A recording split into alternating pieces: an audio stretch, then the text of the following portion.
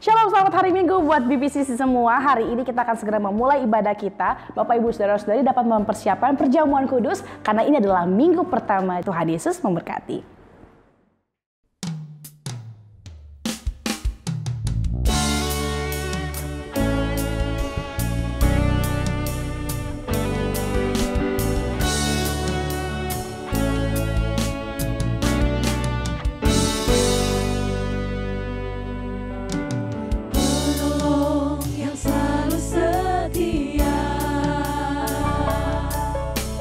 Memenuhi keperluan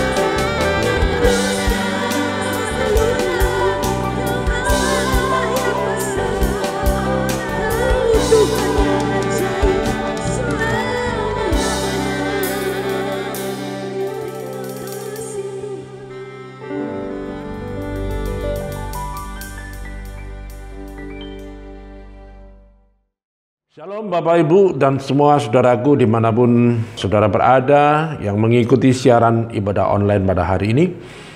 Kami tak henti-hentinya berdoa bagi semua jemaat yang mengasihi Tuhan agar kita semua beroleh kemurahan, pertolongan, kebaikan, kesehatan, anugerah, serta kelimpahan berkat Tuhan atas semua keluarga Anda di rumah. Percayalah akan perlindungan dan pemeliharaan sekalipun dalam situasi yang membuat kita tertekan dan menderita karena dampak dari wabah COVID ini. Puji Tuhan, haleluya. Bapak Ibu saudaraku sekalian, hari ini saya akan sampaikan tentang topik firman, yaitu bagaimana kita memancarkan terang di tengah dunia yang gelap ini. Bapak Ibu saudaraku, ada sebuah pertanyaan bagaimana proses matahari itu bisa bersinar di siang hari dan bulan bersinar di malam hari. Masih ingat kan kita waktu kita masih SMP atau SMA pernah diajarkan bahwa tentang ilmu geologi, tata surya dan juga astronomi, yaitu ilmu perbintangan. Dijelaskan bahwa matahari itu termasuk dalam kategori bintang, di mana matahari yang memancarkan sinar terang, yang setiap hari kita bisa nikmati bersama. Ya, matahari itu memiliki energi yang lebih besar dibandingkan dengan benda langit lainnya di tata surya kita. Seperti bintang, matahari itu memproses energi yang sangat besar dengan mengubah unsur zat hidrogen menjadi helium. Ya, di dalam bintang itu terjadi reaksi yang namanya fusi atau bergabungnya hidrogen menjadi helium dan bergabungnya helium menjadi materi-materi yang lain. Nah, Bapak Ibu sekalian, matahari yang menyinari bumi ini memiliki energi yang dihasilkan akibat penggabungan unsur-unsur kimiawi, ya, yang menjadi sumber energi bintang sehingga matahari bisa bersinar. Terjadinya rotasi bumi dari barat ke timur, ya, ini mengakibatkan perubahan siang dan malam. Saat sinar matahari itu mengenai sebagian bumi, saat itu yang dinamakan siang, ya. Nah, saudaraku, bagaimana proses bulan itu bisa bersinar di malam hari? Kita harus tahu bahwa bulan itu bukan termasuk bintang, ya, sehingga tidak dapat bersinar dengan sendiri. Bulan itu tersusun dari material yang mirip seperti bumi, yaitu terdiri dari bagian batuan luar yang disebut dengan mantel, ya, dan inti daripada bulan itu, yang sebagian besar terbuat dari unsur zat besi. Mengapa bulan itu bisa bersinar? Karena bulan itu memantulkan cahaya matahari. Bulan memiliki warna abu-abu gelap dan permukaannya bergelombang. Dan hal inilah yang membuat bulan bisa memantulkan cahaya matahari pada malam hari. Bapak Ibu saudara yang terkasih, saat kita duduk di bangku SD, kita diajarkan bahwa terang adalah lawan kata dari gelap, ya. Ketika kita mendengar bahwa terang adalah lawan daripada gelap, maka seringkali yang terbayang adalah terang dan gelap, ya, mempunyai kekuatan yang sama, yang saling beradu sama lain. Betulkah demikian Bapak Ibu sekalian? Padahal kalau kita diteliti lagi, terang itu tidak berlawanan dengan gelap. Justru terang itu lebih kuat daripada gelap. Sebagai ilustrasi, ya, senter atau lampu senter yang terang itu digunakan untuk menerangi ruangan yang gelap.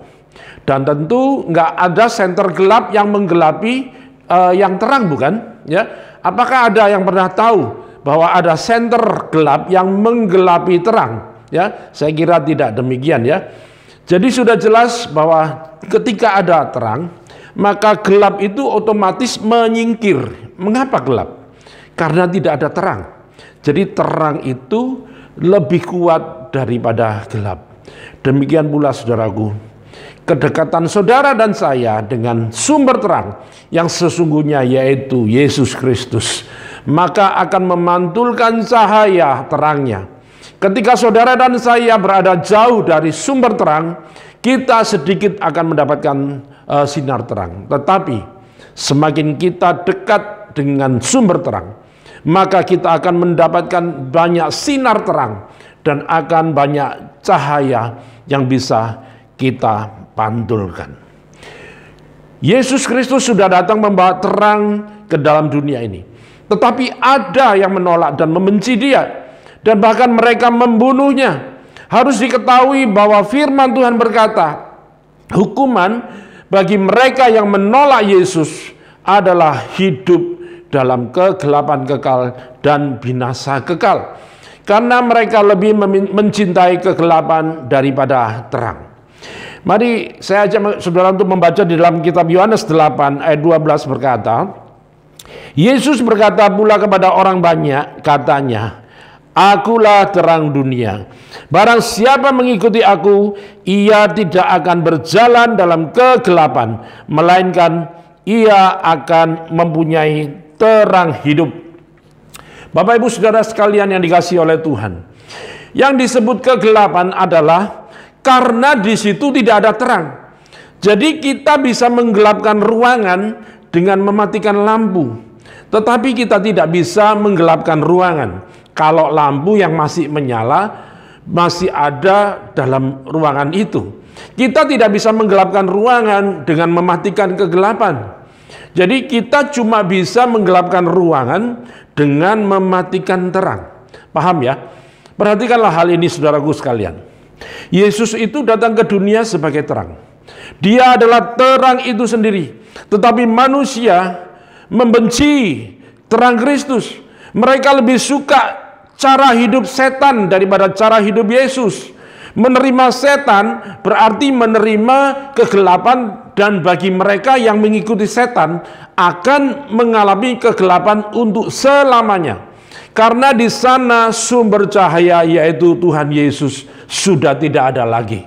Tetapi sebaliknya, barang siapa yang menerima Yesus Kristus akan hidup dalam terang untuk selama-lamanya. Karena sumber terang yaitu Tuhan sendiri selalu ada bersama dengan mereka. Haleluya.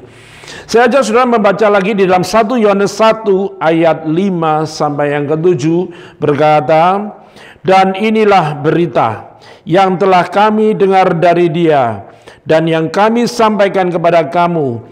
Allah adalah terang dan di dalam Dia sama sekali tidak ada kegelapan.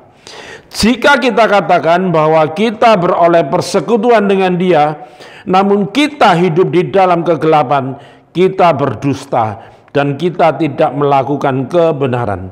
Tetapi jika kita hidup di dalam terang, sama seperti Dia ada di dalam terang, maka kita beroleh persekutuan seorang dengan yang lain, dan darah Yesus anaknya itu menyucikan kita daripada segala dosa. Bapak ibu saudaraku yang dikasihi oleh Tuhan Yesus, perbuatan dalam kehidupan sehari-hari dapat menunjukkan karakter kekristenan seseorang. Ada ungkapan yang mengatakan, satu teladan saja lebih baik daripada 1000 nasihat. Mungkin seseorang dapat saja begitu fasih berbicara, berkhotbah, memberikan banyak nasihat mungkin yang membangun. Namun terlebih dari itu, apakah dia sudah memuliakan Tuhan melalui perbuatannya? Perkataan dan perbuatan itu Bapak Ibu sekalian merupakan suatu perkara yang berbeda. Ya, sebab hidup seseorang seringkali bisa saja bertolak belakang dengan apa yang diucapkannya. Nah, melalui perbuatan sehari-hari kita dapat menjadi terang bagi banyak orang lain.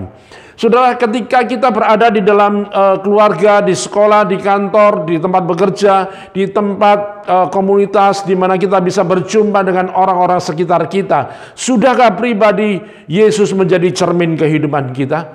Ya, ketika orang lain melihat pribadi kita yang baik, sadar maupun tidak, kita telah memuliakan Tuhan melalui kehidupan kita, sehingga kita bisa memberkati banyak orang. Bapak Ibu sekalian, dengan perbuatan kita saja, sesungguhnya kita telah menjadi berkat bagi orang lain. Mungkin pernahkah saat kita mengalami atau bertemu orang-orang yang ketika dijumpai dan hidup kita merasa begitu diberkati, ya, seakan kita bertemu orang tersebut, ya, beban masalah kita bisa menjadi ringan, ya, pribadi yang begitu mendamaikan dan disukai oleh banyak orang. Ya, perlu kita semua mengetahui bahwa komunitas gereja bukan sebuah ruang pameran seperti pameran mobil, Bapak Ibu sekalian, atau sebuah tempat untuk memamerkan diri agar orang lain dapat mengagumi mungkin kerohanian, kemampuan atau kemakmuran, kesuksesan kita. Tetapi gereja adalah merupakan pusat pelayanan di mana ibarat kita ini sebagai kendaraan-kendaraan yang membutuhkan perbaikan, ya. Lalu kita datang untuk melakukan maintenance atau pemeliharaan dan perbaikan. Nah, Bapak Ibu sekalian, hidup sebagai orang Kristen, orang percaya, bukan hanya di hari Minggu, ya, dan yang hanya kumpul bersama orang-orang seiman lainnya, ya, tetapi kita ini juga harus bisa hidup membawa hubungan kita ini dengan Tuhan untuk mempengaruhi hidup orang di luar komunitas gereja, ya, sehingga mereka di luar sana bisa menjadi penasaran dengan Tuhan Yesus yang kita sembah dan berniat untuk mengenal pribadi Tuhan itu, ya. Nah, saudaraku, bagaimana terang Tuhan itu bisa selalu memancar di dalam dunia yang gelap ini? Yang pertama adalah memuliakan Tuhan melalui kehidupan sehari-hari. Kita membaca di dalam kitab Matius 5 ayat 16 berkata demikian. Demikianlah hendaknya terangmu bercahaya di depan orang, supaya mereka melihat perbuatanmu yang baik dan memuliakan Bapamu yang di sorga. Bapak Ibu saudaraku yang terkasih di dalam Tuhan, mungkin memang kita tidak setiap saat bisa beribadah kepada Tuhan seperti saat ini karena situasi lockdown atau PSBB, namun hanya melalui kehidupan kita saja sesungguhnya kita ini sudah bisa memuliakan Tuhan. Bagaimana itu bisa terjadi, Bapak Ibu? Yaitu ketika melalui perbuatan hidup yang sehari-hari kita dapat menjadi terang bagi banyak orang. Ya, sikap memuliakan Tuhan itu sejatinya tidak cukup dengan kata-kata penyembahan yang biasa kita lakukan di dalam kebaktian gereja. Tetapi sejatinya sikap memuliakan Tuhan adalah sikap hati yang benar di hadapan Tuhan setiap saat, Bapak Ibu, ya, untuk selalu menampilkan keharuman tentang Kristus lewat perilaku kehidupan dimanapun kita berada.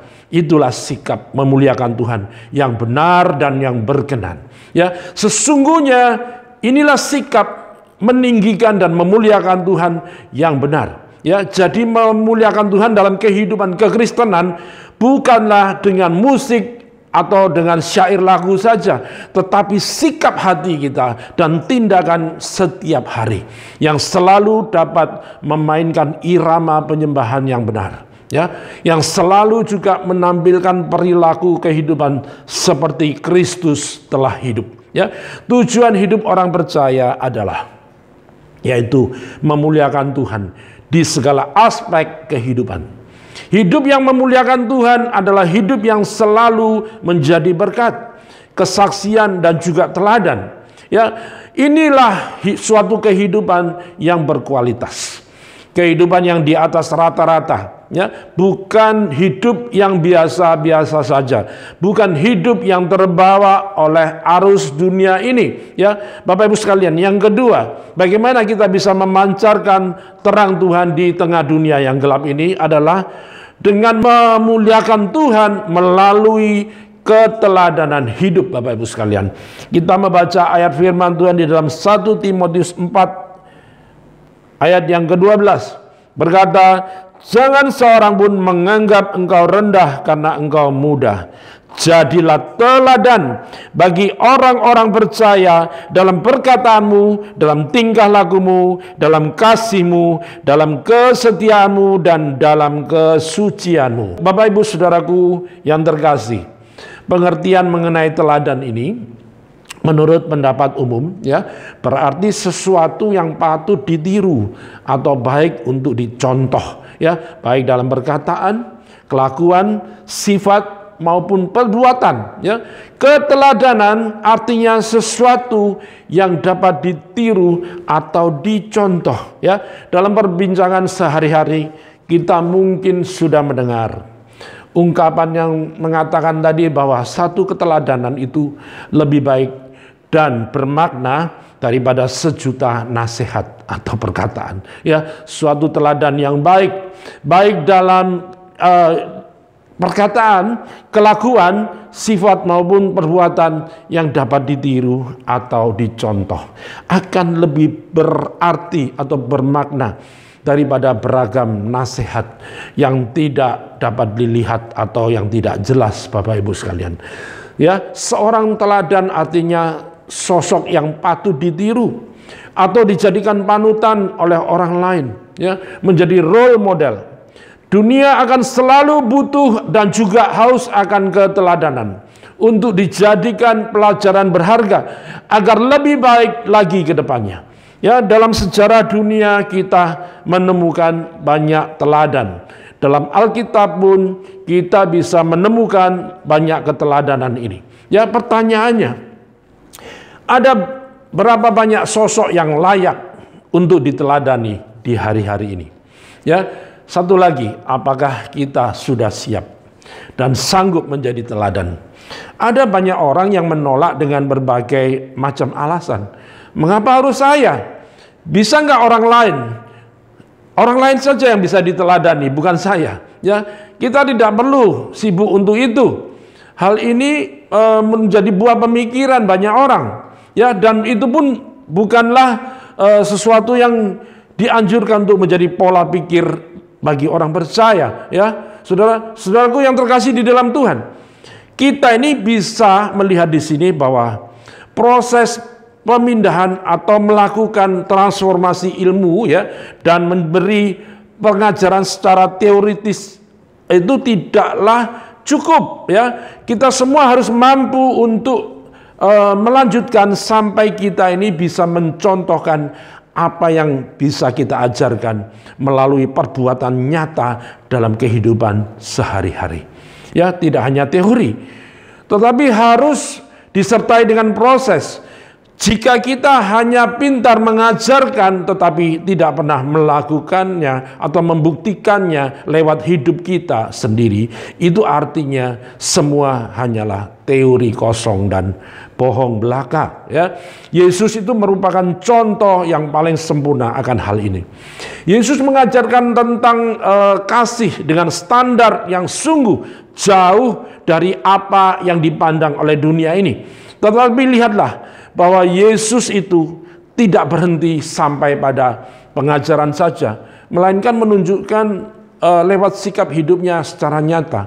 Mari kita lihat, saudara, sebuah contoh dari perkataan Yesus sendiri ketika ia mengingatkan kita untuk merendahkan diri menjadi pelayan dan hamba, yaitu kita dapatkan di dalam kitab Matius 20, di mana Yesus berkata, sama seperti anak manusia datang bukan untuk dilayani, melainkan untuk melayani, ya, dan untuk memberikan nyawanya menjadi tebusan bagi banyak orang. Ya, apa yang diajarkan oleh Yesus telah dia contohkan secara nyata.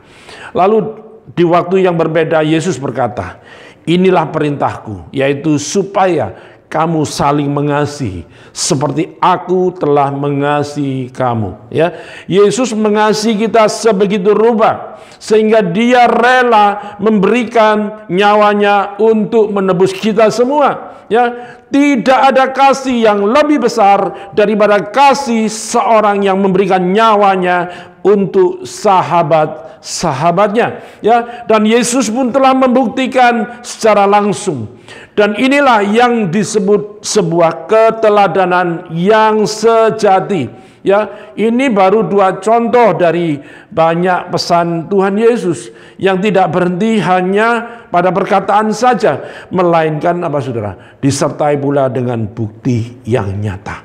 Ya, berulang kali Yesus itu mengingatkan kita untuk meneladani Dia.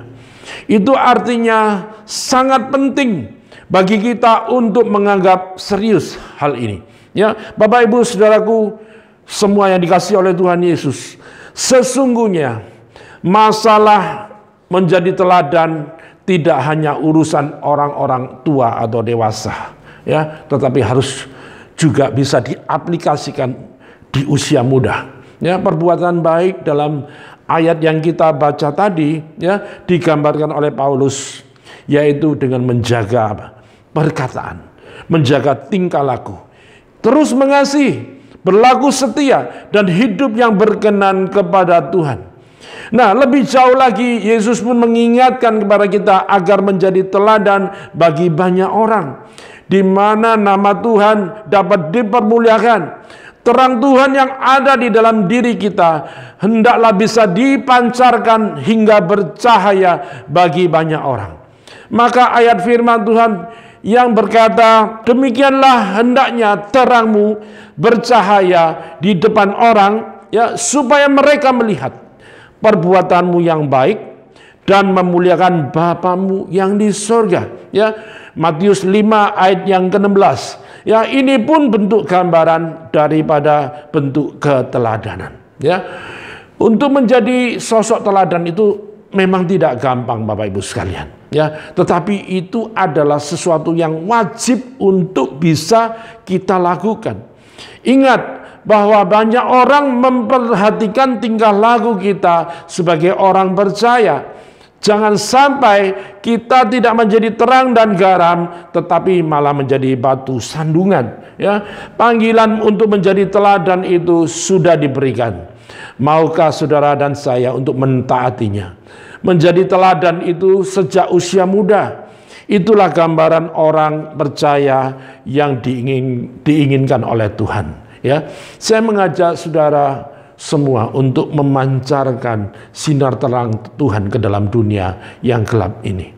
Dengan menjaga perkataan dan tingkah laku di tengah lingkungan keluarga, sekolah, kampus, ya, kantor, di mana kita bekerja, gereja, di tengah masyarakat, dan di tengah bangsa dan negara. Ya, faktor usia bukanlah yang penting untuk menjadi teladan, tetapi kehidupan keseharian kita yang sebenarnya, yaitu hidup sebagai orang Kristen atau orang percaya yang memancarkan terang Tuhan.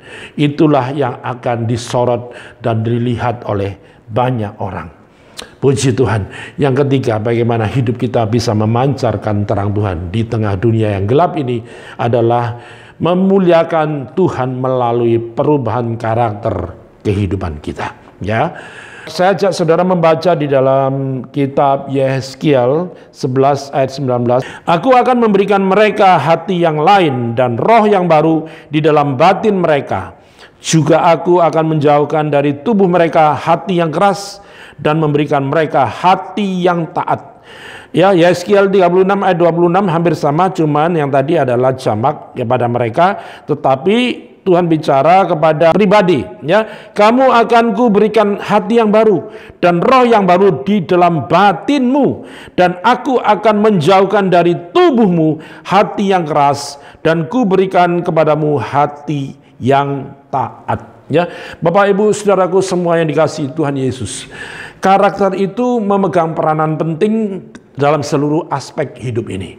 Ya, karakter ini sangat penting dan sangat menentukan. Ya, saking pentingnya, ya, John Maxwell berkata, jangan mempekerjakan siapapun yang tidak dapat membuktikan karakternya, dan jangan bekerja sama dengan siapapun yang tidak berkarakter. Ya, bayangkan, begitu juga dalam kehidupan rohani, karakter yang baik akan bisa sangat membantu dalam dunia pelayanan. Ya, penulis terkenal pernah berkata juga bahwa satu-satunya hal yang kembali pulang dari pemakaman, ya, ketika bersama orang-orang yang berkabung dan yang menolak untuk dikubur, itu adalah karakter manusia, Bapak Ibu sekalian, ya.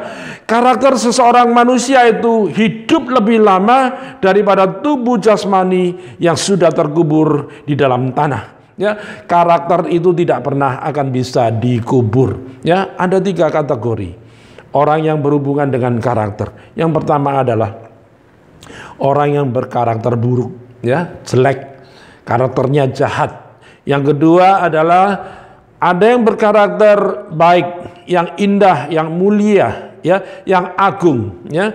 Yang ketiga adalah orang yang belum berkarakter. Tuh, ada ya Pak. Ada banyak saudara, ya, dan itu banyak sekali, ya, bisa kita jumpai. Orang yang dalam kategori ketiga ini adalah seorang yang masih labil, ya, yang polos dan yang masih berubah-ubah, ya. Kamus Besar Bahasa Indonesia mendeskripsikan tentang karakter ini adalah sebagai sifat, watak, dan tabiat, ya. Kata karakter dalam Alkitab berasal dari kata Yunani yang berarti alat ukir atau alat pemahat, ya. Dalam bahasa Latin itu karakter itu artinya tools for marking, to engrave, ya. Dalam kamus Webster Dictionary itu memberi arti engrave atau inscribe, ya, artinya mengukir, memahat dan menggores, ya. Dengan pengertian itu dapat dikatakan bahwa karakter adalah proses memahat jiwa, menandai diri kita atau mengukir diri sedemikian rupa sehingga berbentuk unik, ya, menarik dan berbeda, ya. Saudaraku yang terkasih, karakter menurut Alkitab adalah bagaimana menjalani hidup kita di hadapan Tuhan yang hanya takut kepada Tuhan, ya, dan berusaha hanya hidup berkenan untuk menyenangkan dan menyukakan hati Tuhan.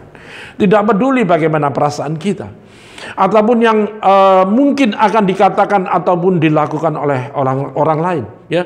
Jadi membangun karakter itu berarti mengukir nilai atau prinsip kebenaran Tuhan, ya, menggoreskan dan menandai diri dengan praktek hidup yang benar berdasarkan firman Tuhan.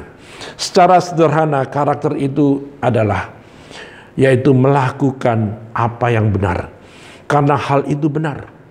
Orang yang berkarakter adalah orang yang melakukan apa yang benar karena alasan yang benar. Saudaraku, perhatikanlah.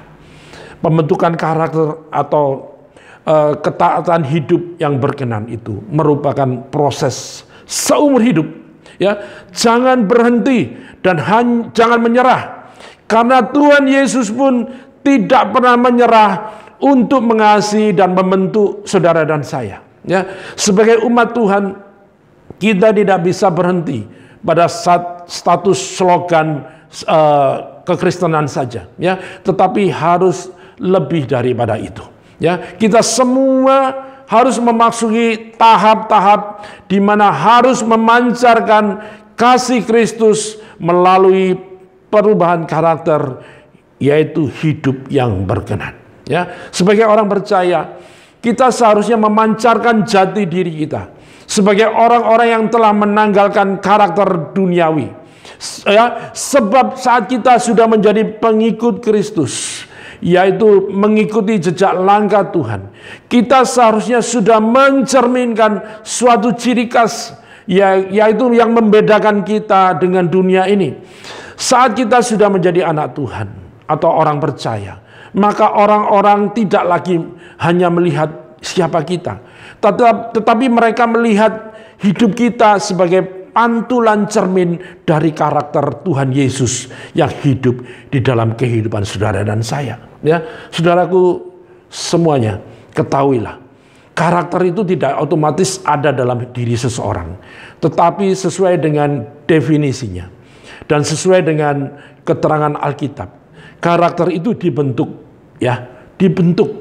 Sebab setiap manusia itu terlahir tanpa karakter, ya, sama seperti kayu yang siap dipahat untuk diukir. Ya, jadi membangun karakter itu juga bukan tanggung jawab daripada Roh Kudus.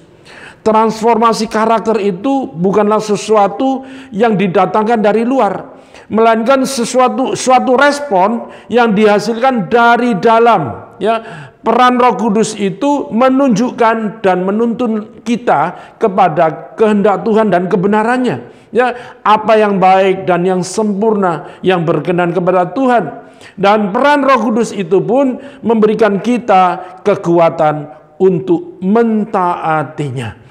Bapak Ibu sekalian yang dikasihi oleh Tuhan, transformasi karakter itu dimulai dari pikiran kita. Hal ini bisa berarti tindakan respon awal, yaitu dari pertobatan atau metanoia, ya, dilanjutkan dengan tindakan membersihkan pikiran dan hati dari segala kotoran, sampah, ya, dari filsafat dunia, ya, dan mengisi pikiran dan hati kita dengan firman Tuhan. Ya, karakter yang baik itu dibangun di atas hati dan pikiran yang baik. Ya, itu sebabnya kita harus melindungi hati dan pikiran kita dari pengaruh yang mencemarkan dan merusak. Ya, dengan karakter yang diubahkan terus-menerus ini, kita dapat memancarkan terang Kristus sehingga membawa dampak bagi orang lain yang melihat perbuatan, kelakuan, dan perkataan kita, yaitu yang selalu memberkati orang lain dan memuliakan nama Tuhan. Haleluya. Ya, sebagai kesimpulan akhir, ya, saya mengajak saudara untuk membaca di dalam Yohanes 1 ayat yang kelima. Berkata demikian, terang itu bercahaya di dalam kegelapan dan kegelapan itu tidak menguasainya. Ya, kita baca lagi juga satu lagi ayat, yaitu di dalam Lukas 8 ayat 16. Berkata, tidak ada orang yang menyalakan pelita lalu menutupinya dengan tempayan atau menempatkannya di bawah tempat tidur, tetapi ia menempatkannya di atas kaki dian supaya semua orang yang masuk ke dalam rumah dapat melihat cahayanya. Bapak Ibu saudaraku yang dikasihi oleh Tuhan Yesus, kita semua tahu bahwa seberapapun gelapnya sekeliling kita, bila ada cahaya, ya, walaupun kecil, akan memantulkan sinar cahaya yang membuat orang dapat melihat siapa yang memegang cahaya tersebut.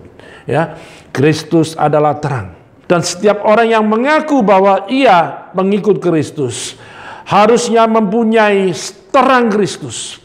Jadilah terang kebenarannya yang bercahaya hingga rembang tengah hari, yaitu yang berarti walaupun cahaya dunia bersinar, tidak akan dapat mengalahkan cahaya surgawi yang ada di dalam kehidupan saudara dan saya. Cahaya dari manapun sumbernya sangatlah penting bagi kita semua, karena menjadikan kita bisa melihat, dan dengan melihat itu kita bisa memilih yang baik dan benar. Untuk itu Bapak Ibu sekalian, bagi kita Tuhan telah menganugerahkan terang sejati yang tak pernah padam, yaitu Yesus sendiri. Ya, Yesus sendiri pun menegaskan bahwa kamu adalah terang dunia.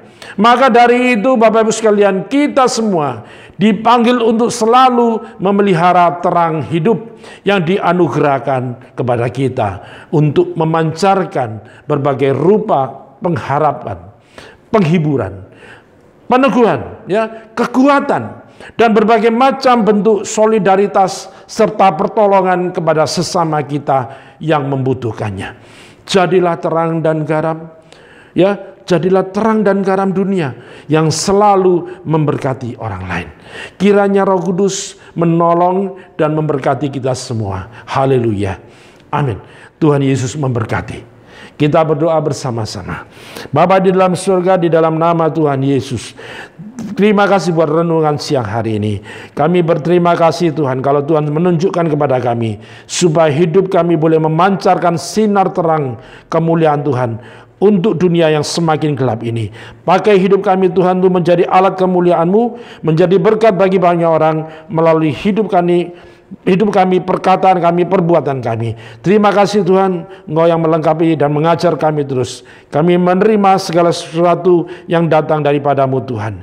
Kami siap untuk dibentuk, kami siap untuk melakukan kehendak-Mu ya Bapa, untuk menyukakan hati-Mu dan menyenangkan hati Tuhan. Terima kasih Tuhan, memberkati semua saudara dimanapun berada yang mengikuti ibadah siang hari ini. Kami percaya Tuhan Engkau sendiri yang memberkati, menolong, menyertai, dan juga melengkapi hidup kami semuanya. Terima kasih Bapa, kami serahkan hidup kami sepenuhnya ke dalam tangan-Mu, dalam pimpinan Tuhan senantiasa, dalam pimpinan Roh Kudus dan kebenaran firman Tuhan. Terpujilah nama Tuhan, dalam nama Tuhan Yesus kami berdoa. Haleluya. Amin. Mari Bapak Ibu sekalian, kita mempersiapkan perjamuan kudus. Kita akan mengambil bagian. Kita mengucap syukur kepada Tuhan karena kasih Tuhan begitu besar, kemurahannya, anugerahnya di dalam kehidupan kita sehingga kita beroleh keselamatan dan kita boleh dibebaskan dari penghukuman yang kekal. Terima kasih Tuhan, kami mengucap syukur buat hari ini, buat perjamuan kudus yang kami boleh ambil bagian bersama-sama. Kiranya Tuhan memberkati perjamuan kudus ini. Kami percaya Tuhan Yesus, ketika kami berserah penuh kepada Tuhan, kami boleh mengucap syukur kepada Tuhan karena kemurahan kasih daripada-Mu yang besar dalam kehidupan kami. Terpujilah nama-Mu Tuhan. Kami mengucap syukur, biarlah roti dan anggur ini Tuhan boleh mengingatkan kami akan kebaikan Tuhan, akan kepedulian-Mu Tuhan dalam kehidupan ini. Terima kasih Bapa, sebab apa yang telah aku teruskan kepadamu telah aku terima dari Tuhan, yaitu bahwa Tuhan Yesus pada waktu Ia diserahkan mengambil roti, dan sesudah itu Ia mengucap syukur di atasnya, lalu memecah-mecahkannya dan berkata, inilah tubuhku yang diserahkan bagi kamu. Perbuatlah ini menjadi peringatan akan aku. Mari saudara, kita dengan percaya kita boleh makan bersama-sama di dalam nama Tuhan Yesus Kristus.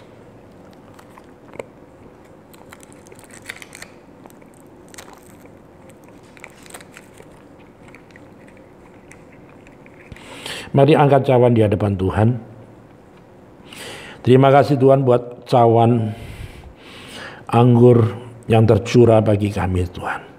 Terima kasih Tuhan sudah menebus kami dari segala pelanggaran hukuman dosa. Buat darah-Mu yang tercurah bagi kami Tuhan. Terima kasih, kami mau menghargainya. Terima kasih Tuhan Yesus.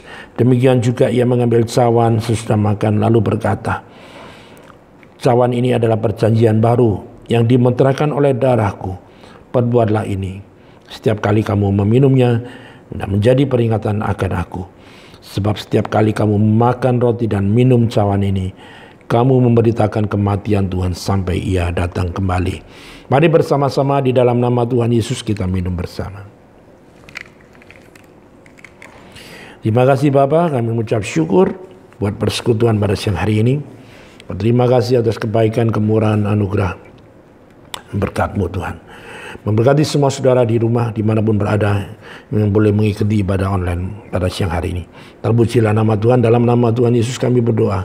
Haleluya. Amin. Gembala Sidar dan seluruh jemaat mengucapkan terima kasih untuk pelayanan Pastor Peter Seniawan Sanyoto. Kiranya firman Tuhan yang kita dengar di awal bulan ini menguatkan kita bersama untuk tetap berpengharapan kepada Tuhan. Jangan lupa ya adik-adik, setelah ibadah ini dilanjutkan dengan Alba Kids Online. Papa Mama dapat menolong adik-adik untuk dapat mengakses ibadahnya di link yang sama di channel Ada Jawaban TV. Solution Talk Show setiap hari Kamis. Bapak Ibu Saudara-saudari dapat like, comment, subscribe, dan share ke siapapun. Karena semakin minggu, cerita-cerita yang kita bahas itu semakin menguatkan kita dan membuat kita semakin penasaran. Kira-kira apa sih yang akan dibahas Solution Talk Show? TDG setiap hari Sabtu jam 7 malam. Teman-teman tetap di follow ya, diikutin berita-berita terbaru apa yang ada di media sosial TDG. Kita akan memberikan persembahan. Bapak Ibu Saudara-saudari dapat memberikan persembahan di nomor account yang ada di bawah ini. Demikianlah pengumuman untuk minggu ini. Tuhan Yesus memberkati. Sampai jumpa minggu depan.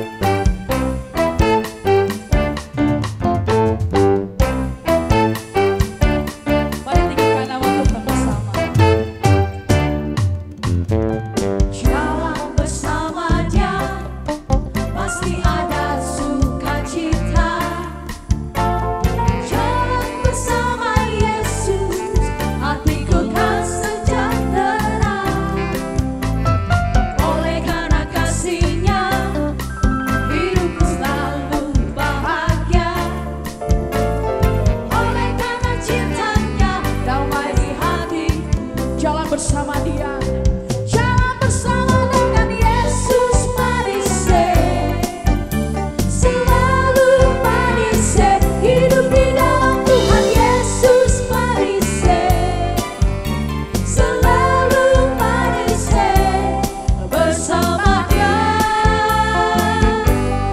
bersama Dia, bersama Dia, bersama Dia, sungguh manis.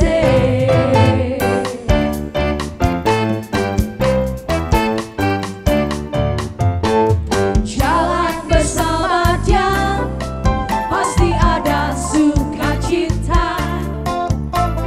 Jalan bersama Yesus, hatiku kan sejahtera.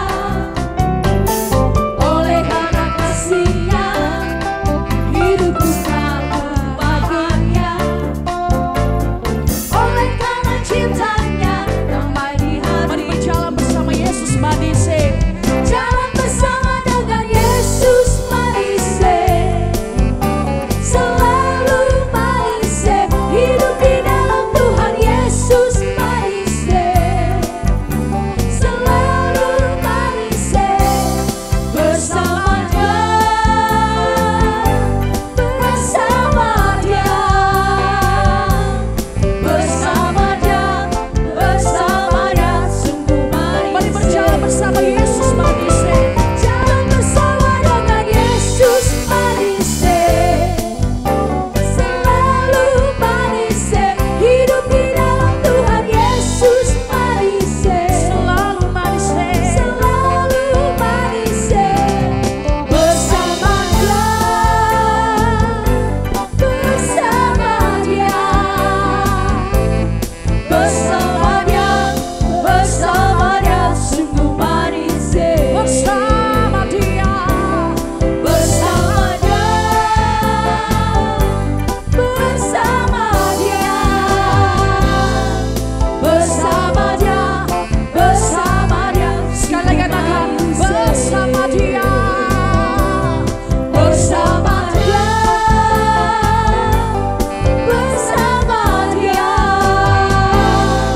bersama Dia, bersama Dia, bersama Dia, sungguh manis.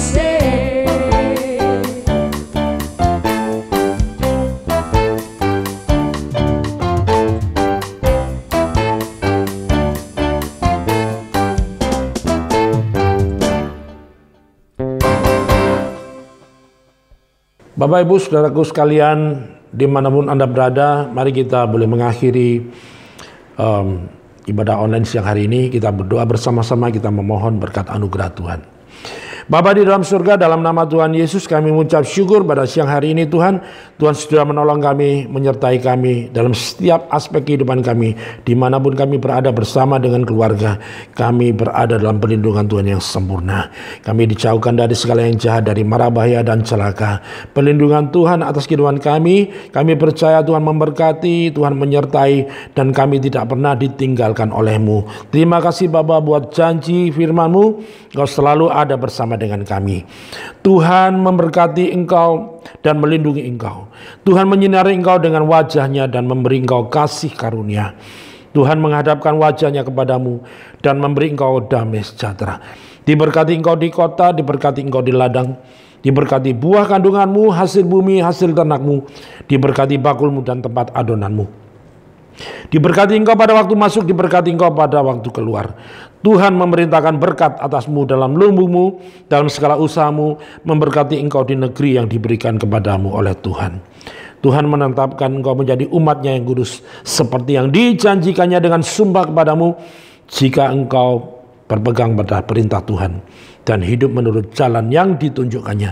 Maka semua berkat-berkat ini akan datang mengalir kepadamu dan menjadi bagianmu jika engkau mendengarkan suara Tuhan dan melakukan kehendak Bapa dengan setia. Mari jemaat Tuhan kita mengangkat tangan bersama-sama. Kita akan pulang dengan membawa berkat, yaitu damai, sejahtera, dan sukacita dari Bapa Surgawi.